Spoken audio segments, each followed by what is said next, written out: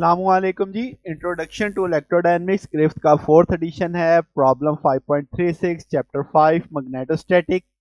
वो कहता है find the exact magnetic field at the distance z above the centre of square loop of the side w each carrying the current i। हर side में से current i चल रहा है। Verify it reduce to the field of dipole at the appropriate dipole moment when z is very very greater than w।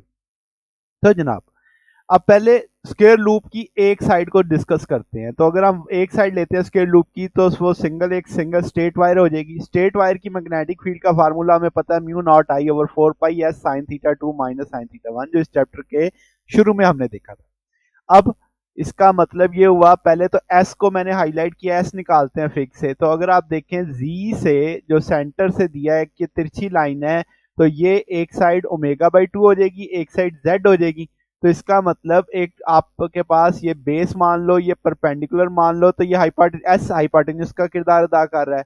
तो आप S की जगह क्या लिख सकते हो, Z square plus omega by 2 whole square का स्क्वायर रूट, हाइपोटेन्यूज निकल आएगा एस।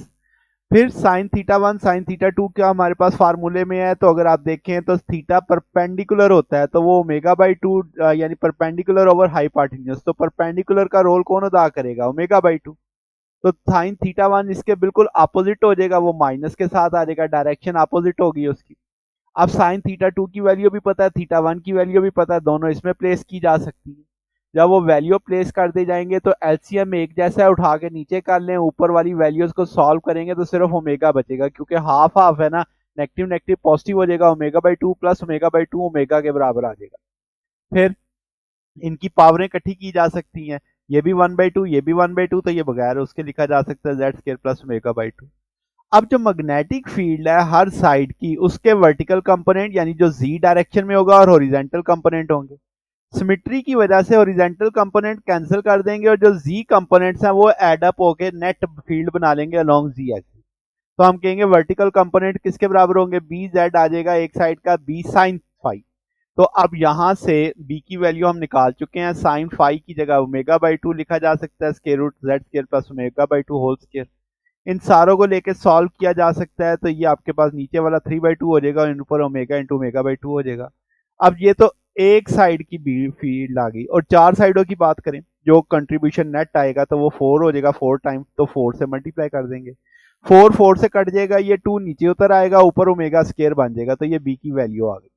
अब अगर डायरेक्शन मानो तो ये आपकी जी डायरेक्शन में सारी फील्ड ऐड हो रही है, तो ये आपकी स्क्वायर लूप की टोटल फील्ड आ गई, मैग्नेटिक फील्ड। अब अगर हम came for Z is very very greater than omega, जो उसने हमसे एक स्पेशल केस मांगा, तो ओमेगा तो निगलेक्ट हो जाएगा, सिर्फ जेड बचेगा, जेड स्क्वायर स्क्वायर 2 से काट देगा, सिर्फ 3 बच जाएगा। तो यही फील्ड आपके पास होती है अप्रोक्सीमेटली डाइपोल की। अब अगर हम कहें कि फील्ड की dipole for the point on Z axis, तो हम अप्रोक्सीमेटली मैग्नीट्यूड बात करें तो उसने कहा in term of dipole moment, तो m बराबर होता है आई ए के, आई ए चूंकि स्क्वायर है तो ओमेगा स्क्वायर डब्ल्यू स्क्वायर कर लें, तो आई डब्ल्यू स्क्वायर को हम रिप्लेस कर सकते हैं m से, तो वो m आ गया आपके पास, तो in term of dipole moment आ गई। तो इस केस में आर हमने जी एक्सिस के लॉन्ग लिया, डायरेक्शन भी जी एक्सिस पे, थीटा 0 लिया, तो ये रिजल्ट आपका कंसिस्टेंट करता है जो डाइपोल की हमने मैग्नेटिक फील्ड निकाली थी उसके साथ। तो ये हमारे पास इसका सोल्यूशन है। अगर आपको इसमें कोई बात पूछनी हो, डाउट हो, नीचे कमेंट्स में पूछ सकते हैं। वीडियो अच्छी लगी हो तो वीडियो को लाइक कीजिएगा, दोस्तों के साथ शेयर कीजिएगा, चैनल को सब्सक्राइब कर दीजिएगा। अब तक के लिए इतना ही, बाकी इंशाल्लाह नेक्स्ट देखेंगे। ओके, अल्लाह हाफिज।